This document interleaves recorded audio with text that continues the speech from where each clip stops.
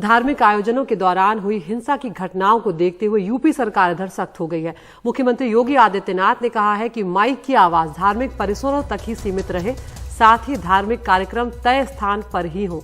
उन्होंने ये भी कहा कि सड़क मार्ग यानी कि रास्ते पर या ट्रैफिक को बाधित करते हुए कोई भी धार्मिक आयोजन नहीं किया जाएगा और माइक का उपयोग करने को लेकर साफ हिदायत दी गई है कि माइक का प्रयोग हो, लेकिन ये भी सुनिश्चित हो कि आवाज उस परिसर से बाहर ना जाए, यानी कि दूसरों को असुविधा ना हो।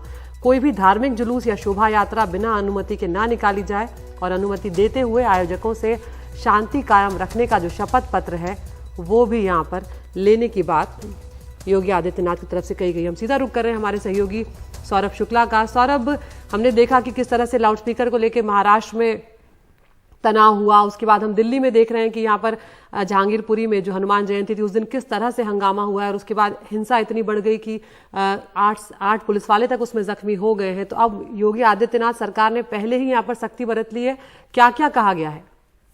देखिए, जिस दिन ये जहांगीरपुरी में घटना हुई थी उसी दिन पूरे यूपी में हाई अलर्ट कर दिया गया था आदित्य, और जिसके बाद कल योगी आदित्यनाथ ने देर शाम लॉ एंड ऑर्डर को लेकर के प्रदेश भर में एक बैठक की, जिसमें गृह सचिव से लेकर के तमाम आला अधिकारी मौजूद थे। और उसके बाद ये तय किया गया कि ये समझ में आ रहा है कि तमाम धार्मिक यात्राओं में हुड़दंगबाजी की जा रही है, बिना इजाजत लाउड स्पीकर्स बजाए जा रहे हैं, जिससे सड़क पर जो ट्रैफिक है वो भी बाधित हो रहा है। और इस बात की भी आशंका हो जाती है कि इससे धार्मिक या सौहार्द खराब हो सकता है। देखिए, जैसे हमने हाल ही में देखा सीतापुर में बजरंग मुनि ने जाकर के मस्जिद के बाहर एक धार्मिक प्रोसेशन निकाला और मुसलमानों के खिलाफ भड़काऊ भाषण दिए, इसके बाद उनकी गिरफ्तारी भी हुई है। तो ऐसी कोई घटना ना हो जाए जैसे दिल्ली में प्रोसेशन निकाला गया और जब ये कल निकल करके सामने आया कि उस प्रोसेशन को निकालने की अनुमति नहीं थी और दिल्ली पुलिस ने भी जो FIR की उसमें लिखा था कि हमने इजाजत नहीं दी है क्योंकि माहौल खराब करने का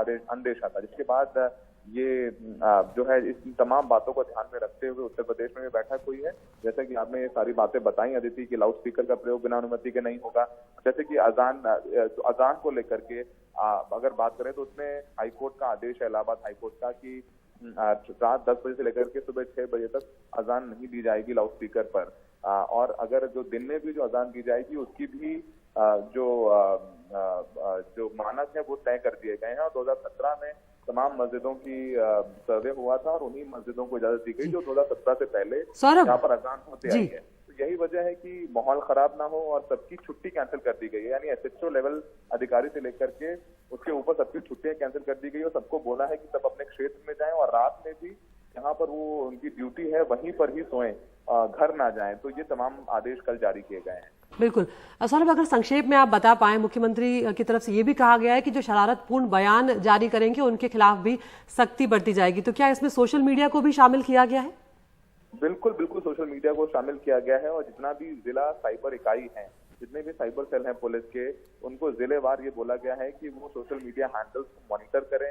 किसी की शिकायत आती है तो उस पर तुरंत एक्शन लिया जाए। और ये भी कल योगी आदित्यनाथ ने कहा है कि ये काम और ये कार्रवाई बिना धार्मिक और जातिगत भेदभाव के किया जाए। तो कोशिश यही है कि जो यूपी 2.0 है उसे एक समावेशी बनाया जाए, उसमें अल्पसंख्यकों को ये ना लगे कि वो कहीं पीछे छूट रहे हैं, क्योंकि इस समय धार्मिक जुलूस कौन निकाल रहा है? तो इस समय ज्यादातर जो धार्मिक जुलूस हैं वो हिंदुओं पे निकल रहे हैं, चाहे वो हनुमान जयंती हो चाहे रामनवमी हो। तो उन तमाम बातों को ध्यान में रखते हुए कि सामाजिक सौहार्द बिगड़ सकता है इसकी संभावना है, ये आदेश जारी किए गए हैं। और सबको बोला गया है कि आप छुट्टी कैंसिल करिए, ड्यूटी आइए और जहां पर आपकी पोस्टिंग है रात में आप वहीं सोएंगे, आप घर नहीं जाएंगे, ताकि समझ लीजिए अभी भी पूरे जो यूपी पुलिस है हाई अलर्ट है, क्योंकि अक्षय तृतीया और ईद एक दिन है, तो माहौल खराब ना हो, प्रदेश में शांति बने रहे, इसलिए आदेश दिए गए।